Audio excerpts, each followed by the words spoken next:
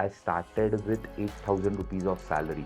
आज 8,000 सैलरी से लेके 500 करोड़ का मार्जिन डिप्लॉयड, जिस पे आधे टके का स्विंग इज़ क्रेज़ी। किसी दोस्त ने मुझे बताया कि ऑप्शंस एक ऐसी सेगमेंट है जिसमें अगर आप ट्रेड करते हो तो वोलेटिलिटी अच्छा रहता है। With that knowledge itself I started trading in options, but because of the market movement there was a windfall that occurred, and this was probably one of the most profitable trade that I have made, in which I was able to make, but I'm proud to say right now is that कि मेरे पास zero debt है. I have a house of my own, I have decent corpus for my daughter's future, and एक ऐसा trade जिसने probably एक substantial gain मेरे portfolio को दिया है, that was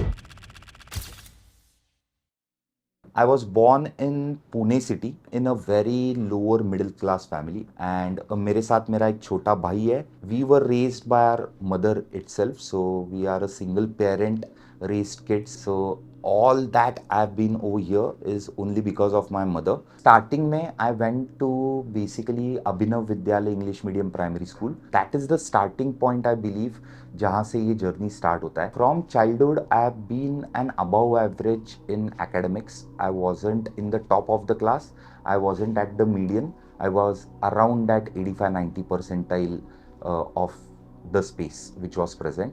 And from my early childhood itself, मेरी मॉम ने, मेरे स्कूल ने मुझे स्पोर्ट्स की तरफ, एकेडमिक्स की तरफ पुश किया है. Post 10th I wanted science stream and I wanted vocational, because maths and science मुझे प्रिफर्ड था, बायो मुझे प्रिफर्ड नहीं था. So I went into the science stream and मैंने वोकेशनल लिया. देन आई डिड 12th के बाद I entered into engineering, but after that I realized that this is not something I want to do, and that's where actually the whole journey for capital markets began.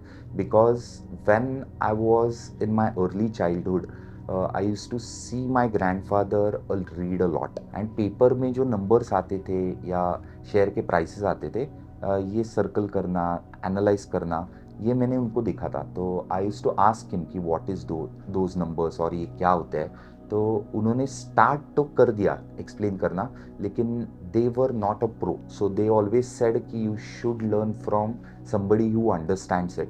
And at that time मैंने dabble करना start किया. मैंने 11th में ही the one thing that I did was I did a course in Pune city, which was a course जब मेरे को लगा कि इसके बाद मुझे पूरा कैपिटल मार्केट समझ में आ गया है. And how funny it is, the course was about कि टीवी पे जो टिकर्स रहते हैं, ये टिकर्स रिप्रेजेंट क्या करते हैं, या पेपर में जो चीज़ आती है व्हाट डज इट मीन. वो 4 घंटे के वेबिनार में मुझे ऐसे लगा कि किसी ने मुझे एम्पावर किया है एंड ये एक नए दुनिया का पूरा एक्सपांड करके दिया है. Now with this knowledge it is very easy, but obviously my family told me it is not like that, and I was fortunate not to believe in that knowledge and do something foolish, which probably the first mistake you will do. In engineering I understood that this is not something I want to do.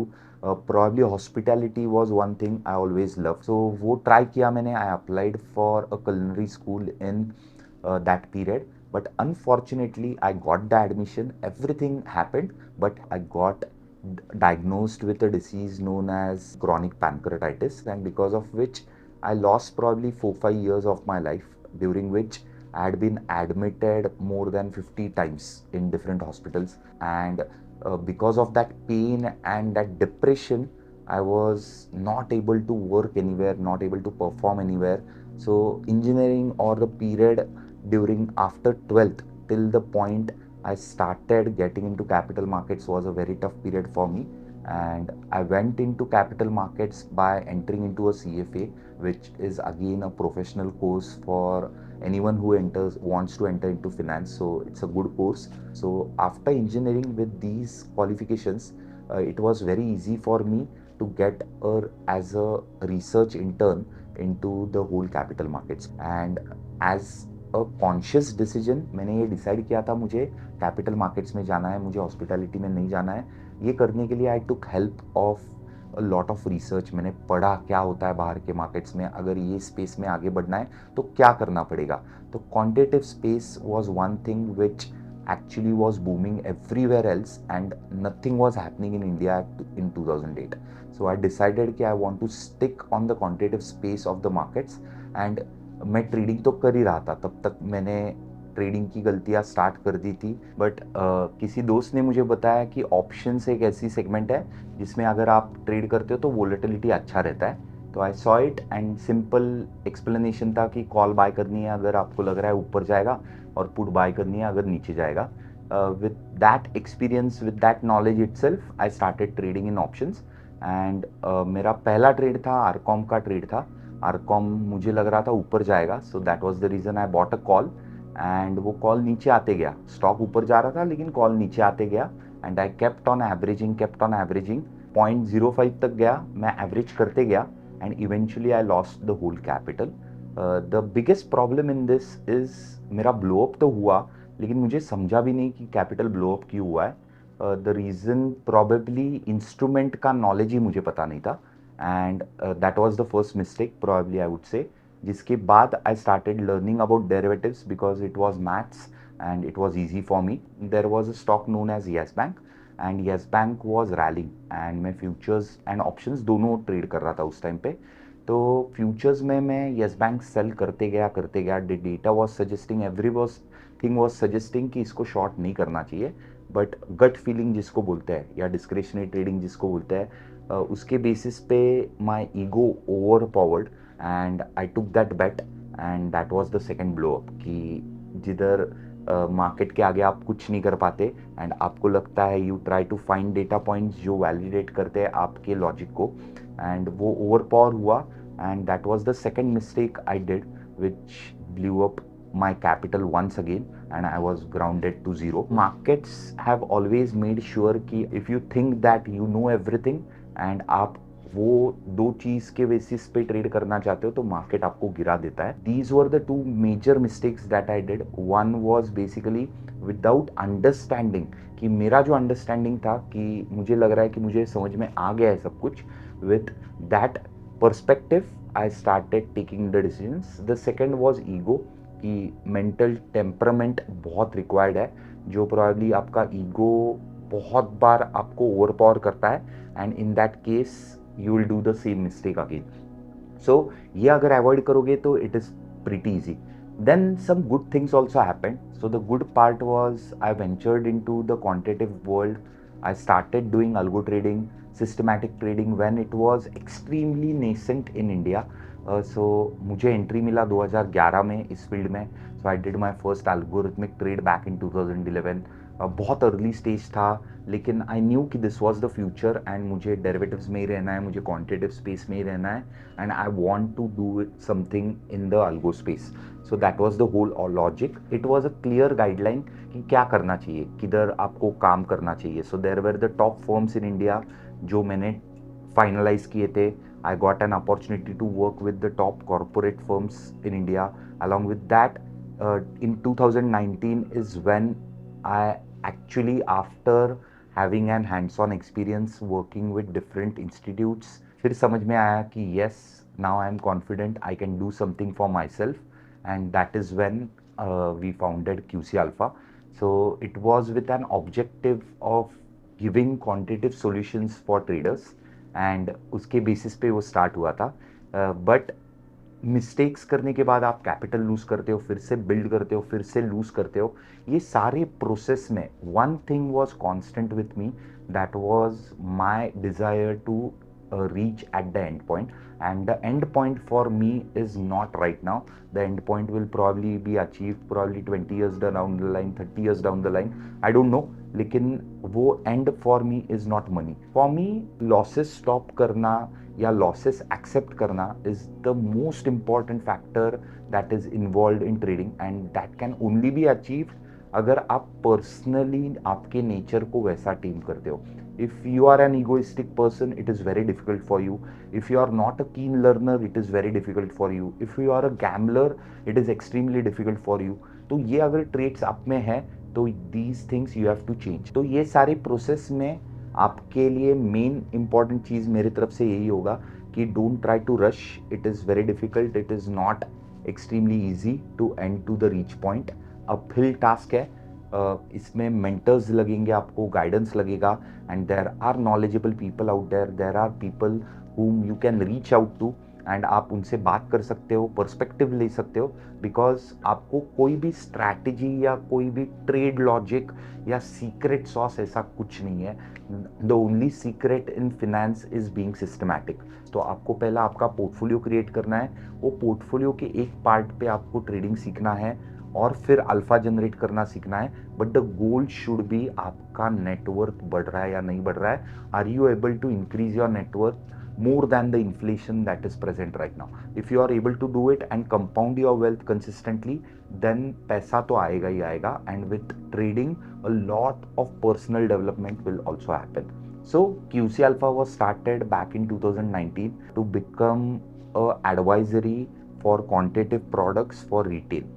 लेकिन जल्दी समझ में आ गया कि retail traders जो होते हैं वो गेट रिच स्कीम के पीछे है, उनको इमीडिएट रिजल्ट चाहिए, एंड ये इमीडिएट रिजल्ट्स गाइस नहीं मिल सकते.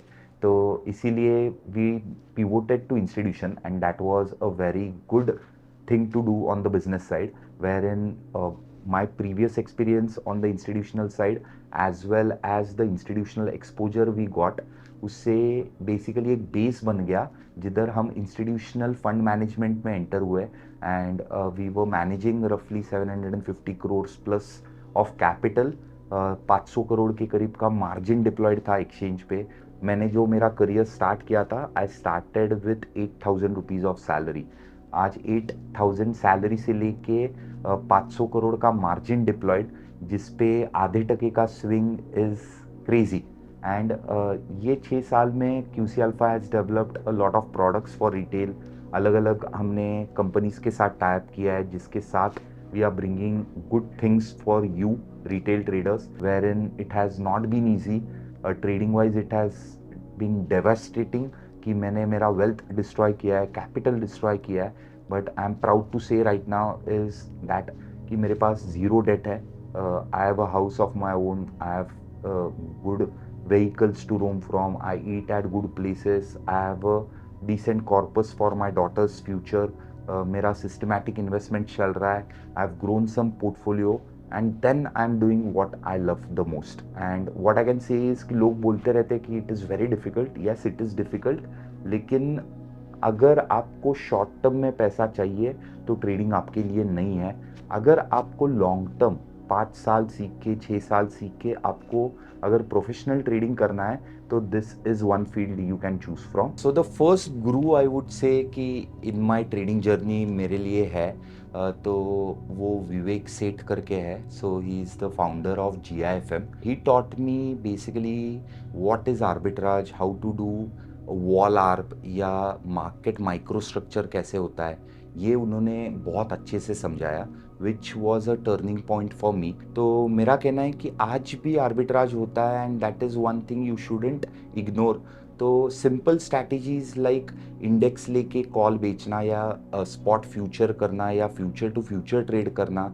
एंड आई पर्सनली फील कि ट्रेडर्स को भी वो फर्स्ट स्टेप लेना चाहिए, बिकॉज अगर आप डेरिवेटिव्स में ट्रेड कर रहे हो तो आप सिर्फ स्पेकुलेशन पे ध्यान मत दो, आप हेजिंग एंड आर्बिट्राज, ये दो जो चीज़ें हैं रिक्वायर्ड है डेरिवेटिव्स के लिए, बनी गई है इंस्ट्रूमेंट यूज़ करने के लिए, तो वो एक्सप्लोर करो, वो सीखो.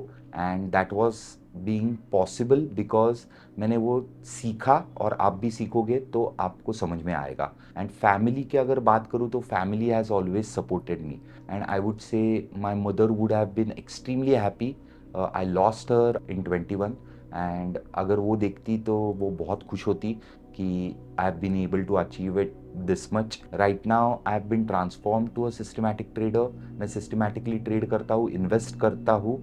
सारा मेरा वेल्थ क्रिएशन, मेरा wealth preservation and trading decisions are based on simple rule, simple algos जो हमने खुद डिज़ाइन किए. कुछ बाहर की स्ट्रैटेजीज रहती है, तो if they are systematic in nature I do it. So the only commodity that I have understood that I have is time, and that is what I am trying to trade against everything. कि जितने free up मैं मेरा time कर सकूँ उतना मेरे लिए अच्छा है, to make more money and make more wealth out of it. And to be with everyone out there. एंड एक ऐसा ट्रेड जिसने प्रोबेबली एक सब्सटैंशियल गेन मेरे पोर्टफोलियो को दिया है, that was in the year 2020 when 2019 and में दिसंबर में एंड 2020 जैन में markets were at its life high. And life high पे बोलते हैं कि शॉर्ट नहीं करना चाहिए, बट हम लोग ट्रेडर्स हैं, हम स्पेकुलेट तो करेंगे ही करेंगे। तो by this time in my life I have understood that never to short at life high, but what you should do is start buying protection, या जिसको बोलते हैं पोर्टफोलियो हेजिंग। तो हमने क्या किया था, मेरा पोर्टफोलियो अच्छा खासे हाइस पे ट्रेड हो रहा था जनवरी में, and markets were trading around 12,000, 11,900 12,100 के बीच में ऑसिलेट हो रहे थे। That is when we started hedging. मैंने हेज करना स्टार्ट किया। एंड हेज मतलब क्या होता है कि आप दूर के पुट्स बाय करते हो, ठीक है। आप दूर के पुट्स क्यों बाय करते हो कि अगर मार्केट्स नीचे आते हैं तो पुट से आपको पैसा आएगा, एंड जो पैसा आएगा उससे आप फिर से इक्विटी बाय कर पाओगे। तो फॉर्चुनेटली हम लोगों ने एक्यूमुलेशन स्टार्ट किया था मार्च एंड दिसंबर के कॉन्ट्रैक्ट्स ऑफ 2020, जो थे 11,000 11,500 के पुट्स थे, 10,500 के पुट्स थे, which were quite out, 10% out puts थे। तो सिर्फ एक रिस्क इंश्योरेंस प्रीमियम जैसे बोलते हैं, वो प्रीमियम दिया था जिसका कॉस्ट था 3.5 से 4% का कॉस्ट था। Fortunately after that and what happened was we saw a global turmoil. तो ये ग्लोबल टर्मोइल की वजह से मार्केट टैंक्ड, एंड ये जो पुट्स थे, ये जो इम्प्लाइड वोलेटिलिटी जिसको बोलते हैं, उस पे ये पुट्स का प्रीमियम प्राइसिंग होता है। The implied volatilities when we bought they were at 12-13 levels, और हमने जब बेचा तो वोलेटिलिटी गई थी लगभग 35 की, 40 की वोलेटिलिटी गई थी। तो ये जो एक गेन था, massive gain because of convexity, because of just hedging, जो स्पेकुलेशन में कन्वर्ट हुआ। तो मेरा जो हेज था वो 1:1 था, तो मेरे पास जितना इक्विटी था उतना ही नोशनल एक्सपोजर का पुट्स था। लेकिन जैसे मार्केट टैंक हुआ, वो पुट्स का एक्सपोजर इतना बढ़ गया, तो मेरे पास एक डायरेक्शनल शॉर्ट एक्सपोजर क्रिएट हो गया, and I was able to book some nice gains over there, which helped me in actually building equity at lower levels. तो मार्केट तो नीचे गया, पुट्स में प्रॉफिट हो गया, वो पुट्स बेच के जो पैसा आया वो इक्विटी में डाला, एंड सडनली यू टर्न भी आ गया मार्केट्स में। तो this was a very quick around trade which happened in a period of 3 months, बट ये अपॉर्चुनिटीज काफ़ी बार मेरे साथ हुई है। It happened back in 2014 as well, it happened in 2010 as well. जब इलेक्शंस होते हैं, बड़े कुछ टर्न अराउंड होते हैं, तब एक छोटा बेट आपको एक बड़ा पे ऑफ दे सकती है, एंड वो बड़ा पे ऑफ आपको प्रॉब्ली 2 या 3 बार लाइफ में लेना है। अगर वो ले लोगे आप तो आपका एक बड़ा कैपिटल क्रिएट होता है। तो this was one turning point in which options का यूज़ करके, लेवरेज का यूज़ करके, I paid for the leverage, but because of the market movement वो हेज तो हो गया, लेकिन उसके साथ साथ स्पेकुलेट भी हो गया, एंड स्पेकुलेशन के वजह से there was a windfall that occurred, and this was probably one of the most profitable trade that I have made, in which I was able to make huge amount of money. So 2020 was a game changer for me, and ये आपके लिए भी opportunities आएंगी, ये काफ़ी बार आएगी, लेकिन हर opportunity पे आपको बड़ा बेट नहीं लेना है। तो जैसे मैंने किया था, you can trade smartly, where अगर आपको जब आपका पोर्टफोलियो बहुत ज़्यादा रिटर्न देता है, get out of that trades, get out of that portfolio और start hedging it out, because continuously पैसा उसी स्पीड से नहीं ग्रो होता है। मार्केट्स आर डायनामिक, जितना ऊपर जाएगा मार्केट उतना ही नीचे भी आएगा।